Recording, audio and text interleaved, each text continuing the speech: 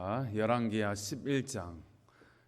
11장 13절로 마지막 21절까지 보겠습니다. 구약 581면 열왕기하 11장 13절로 21절입니다. 581면 근처에 있습니다. 열왕기하 11장 13절로 21절 우리 한 절씩 교독하겠습니다. 아달랴가 호위병과 백성의 소리를 듣고 여호와의 성전에 들어가 백성에게 이르러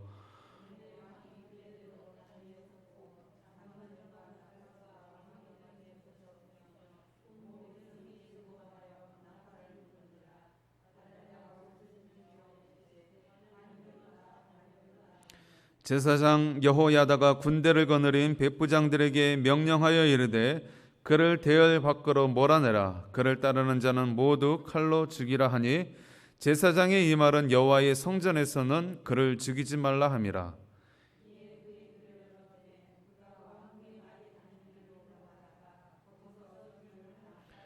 여호야다가 왕과 백성에게 여호와와 언약을 맺어 여호와의 백성이 되게 하고 왕과 백성 사이에도 언약을 세우게 하며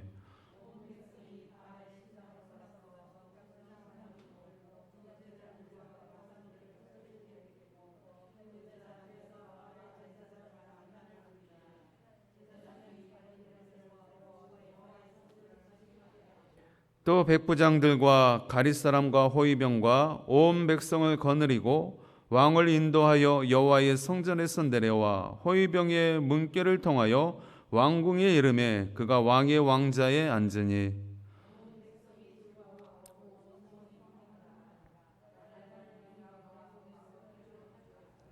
같이 있습니다. 요아스가 왕이 될 때 나이가 7세였더라. 아멘.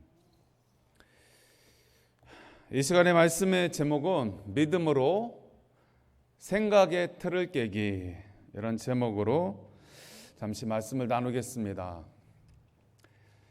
남유다 가운데에 죄악이 퍼졌습니다. 그 죄가 퍼진 이유는 북이스라엘의 영향이었습니다. 북이스라엘의 우상 문화가 이 남유다 가운데도 점령당하기 시작한 것입니다. 그 근본을 따져보면 아합 집안이었습니다. 아합과 그의 아내 이세벨을 통한 이방 문화, 이방 제사 문화, 우상 숭배 문화가 북이스라엘에 팽배하였고 또 산당과 우상이 넘쳐났습니다. 백성들의 마음이 온통 하나님으로부터 우상에게 빼앗긴 그런 상황 가운데 100년 넘게 지속되고 있었습니다. 그러한 우상 문화가 남유다에게까지 영향을 미치게 되었는데 그 이세벨의 딸인 아달랴가 이 남유다의 여왕으로 등극하면서 이 아달랴를 통하여서 이 남유다에도 우상 문화가 점철되고 있었던 것입니다. 참으로 불행한 역사가 아닐 수 없는 것입니다. 그런 가운데에 하나님께서 이 북이스라엘의 이 우상 문화를 심판하기 위하여 예후를 들어서 이 아합 집안을 청소하기 시작합니다. 그때에 이 남유다의 아하시아 왕도 죽임을 당하게 되어지고 그 아하시아가 죽임을 당하는 그 모습 속에서 그의 어머니 아달랴, 즉 이세벨의 딸이 어떤 생각을 품게 되냐면 자기가 이 남유다의 여왕으로 등극하기를 원하는 그런 권력 욕심을 갖기 이르게 되어집니다. 그래서 어떻게 합니까? 모든 왕자들을 죽이는 것입니다. 자기의 손주들을 다 죽이고 그 가족들을 싸그리 멸하는 것입니다. 그리고 자기가 마침내 남유다의 여왕의 자리에 올라간 것입니다. 그런데 이제는 자기가 이 남유다 가운데에 왕으로 이제 등극하여서 이제 자기 마음대로 권력을 휘두르면서 그렇게 다스릴 줄 알았는데 어떤 일이 있었습니까? 앞장에 보면 그 아달랴의 딸 여호세바라는 여인이 있었습니다. 이 여인은 어머니와 다르게 믿음이 있는 여인이었습니다. 그래서 그 오라비 아하스야의 아들 요아스를 몰래 숨기게 되어집니다. 갓난아기를 숨기게 되어집니다. 그리고 이 아이를 무려 6년 동안 어머니 아달랴의 눈을 피해서 기르게 되어지는 것입니다. 그리고 마침내 7살이 되었을 때 이 요아스를 왕자의 자리에 올려놓는 것입니다. 이 모습을 아달랴 모르게 성전에 왕의 자리에 이 요아스를, 이제 7살 된 이 요아스 아하시아 왕의 이 아들을 올려놓았을 때에 이 아달랴 여왕이 깜짝 놀란 것입니다. 그래서 14절에 뭐라고 하고 있습니까? 아달랴가 옷을 찢으며 외치되 반역이로다 반역이로다 하매, 자기의 여왕의 옷을 찢고 이건 반역이야 반역이야 라고 소리를 치는 것입니다.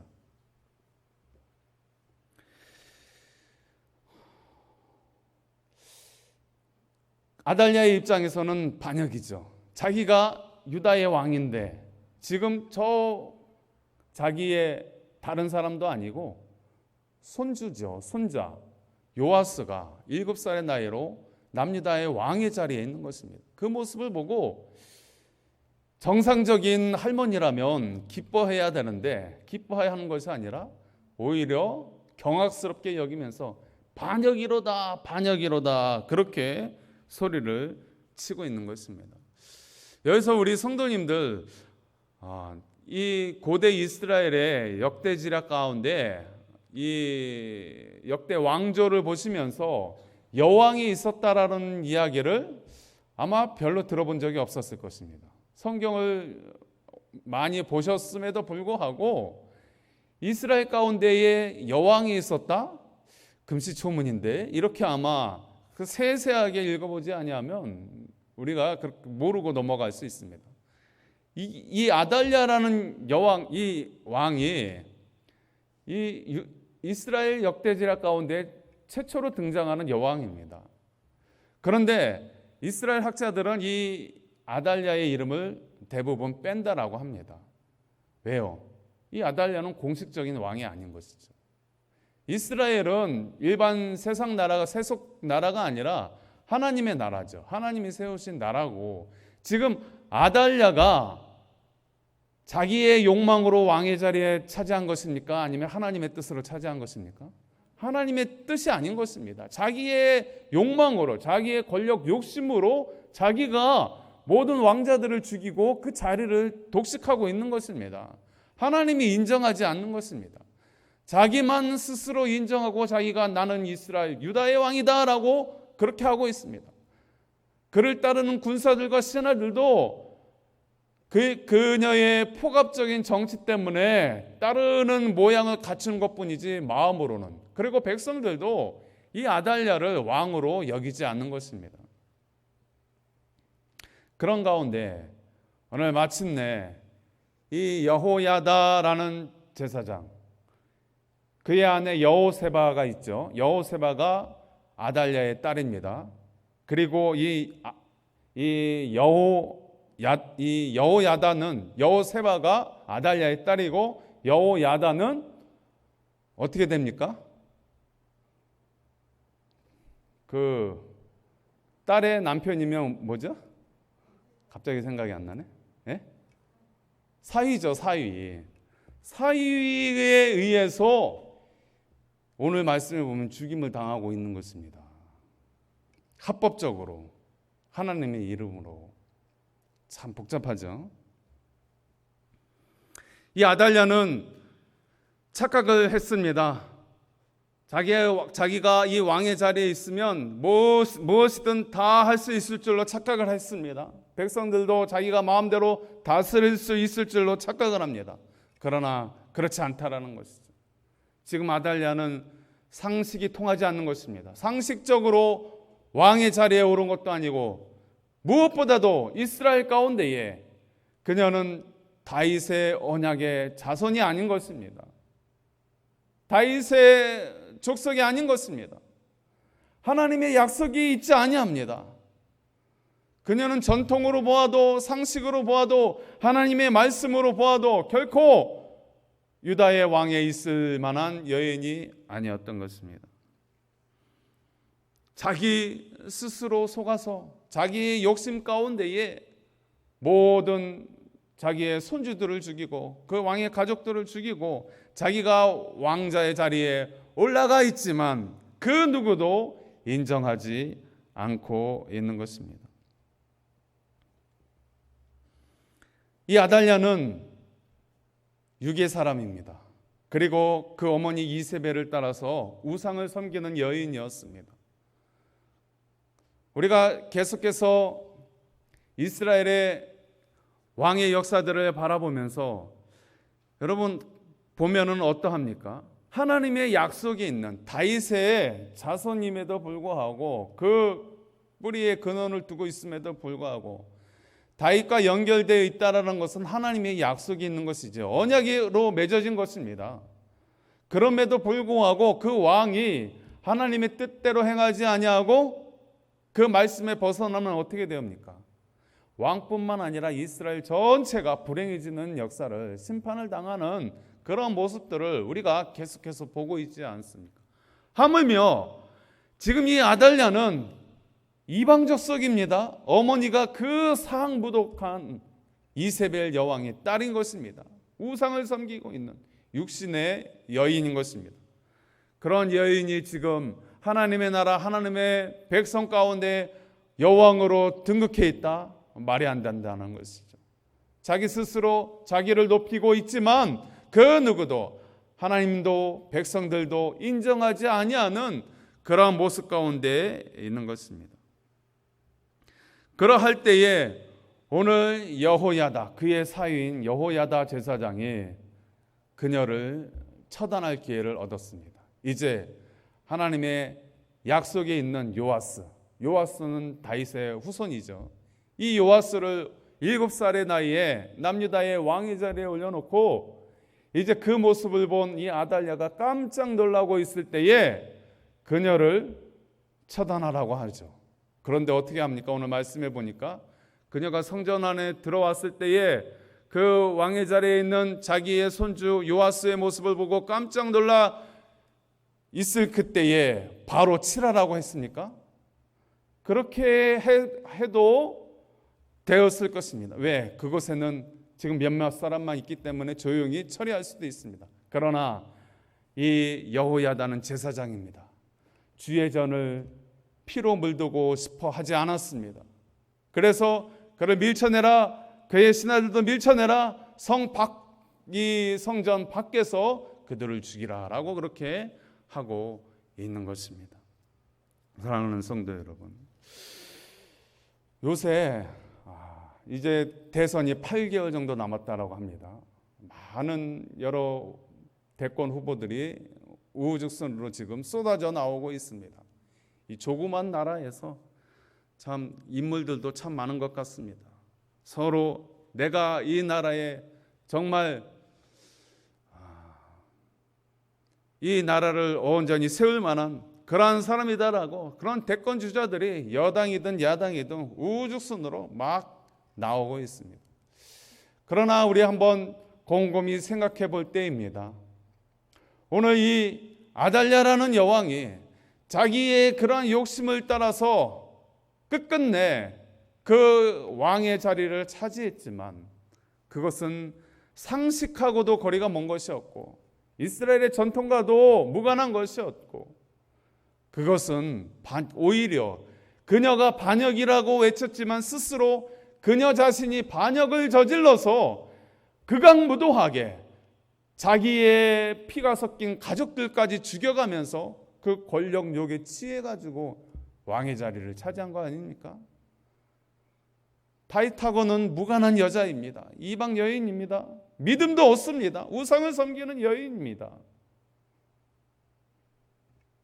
하나님의 뜻하고는 거리가 먼 여인이었습니다. 오늘 우리나라 가운데에 정말 하나님이 원하시고 기뻐하시는 사람이 누굴까? 우리는 기도할 때입니다. 여러 후보들이 자기가 이 나라에 적합한 후보다라고 그렇게 지금 우후죽순으로 막 여기저기 나오고 있습니다. 이 조그만 나라에서 정말 똑똑하고 뛰어난 사람들은 참 많은 것 같습니다. 그러나 우리는 기억해야 합니다. 상식도 좋고 대한민국이라고 하는 정통성도 좋고 그리고 뛰어난 실력도 좋고 인물도 좋고 다 좋은데 무엇을 봐야 합니까? 오늘 여호야다가 왜 오랫동안 6년이라는 긴 세월 동안 그 어린 꼬마 처조카 요아스를 왜 숨겨두었습니까? 자기가 권력을 이 요아스를 통해서 누려보고자 그렇게 했습니까? 아니라는 것이죠. 하늘의 뜻이 있었다라는 것이죠. 다윗과의 언약을 기억한 것입니다. 그거 외에 다른 인간적인 생각이 없는 것입니다. 여러분, 우리가 그러해야 합니다. 다음 대통령은, 이 나라의 차기 지도자는 어떤 사람을 우리가 선택해야 합니까? 철두철미하게 하나님의 사람. 우리가 이전에 하나님의 사람도 세워봤지요. 그런데 실망을 많이 했습니다. 교회 다니는 사람 장로분들 대통령으로 세워봐야 뭐 별 볼 일 없더라. 오히려 감옥 가더라. 그럴지라도 우리는 다시금 하나님의 사람, 하나님이 이 땅에 관심을 가지고 있는 한, 하나님의 눈이 이 나라에 꽂혀 있는 한, 하나님의 뜻에 합당한 사람이 누구인가 우리는 지금부터 기도하면서 찾아야 합니다. 그리고 부르짖어야 합니다. 하나님, 이제 정말 이 중요한 시기에 정말 하나님이 원하시는 하나님의 나라를 세울 만한 차기 지도자를 제발 좀 세워주십시오 라고 우리는 이제 매일같이 기도해야 할 때입니다. 이것을 우리가 하지 않으면, 교회가 이 일을 소홀히 하면 어떻게 될지 모르겠습니다. 대한민국이 어떻게 될지, 대한민국이 다른 나라가 되어 있을지.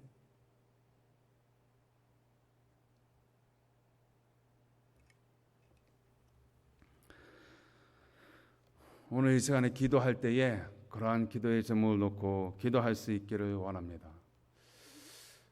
오늘 카톡에 어느 분이 희한한 사진을 하나 보내왔습니다. 한번 띄워줘 보실래요? 저 모습을 보십시오. 몸은 하나인데 머리가 셋 달린 송아지입니다.